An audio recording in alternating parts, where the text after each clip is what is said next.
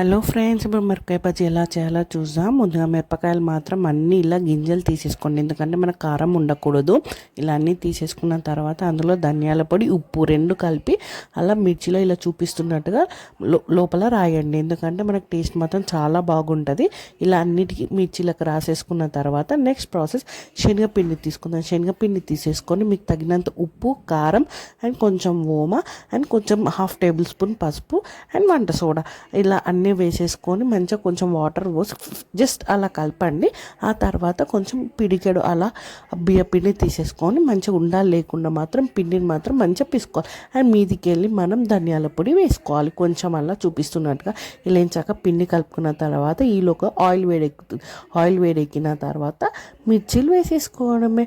చూడండి మిర్చీలు ఎలా బాగా ఉబ్బాయో, కానీ టేస్ట్ మాత్రం చాలా బాగుంది. మీరు కూడా ట్రై చేయండి ఫ్రెండ్స్. Do subscribe. బాయ్.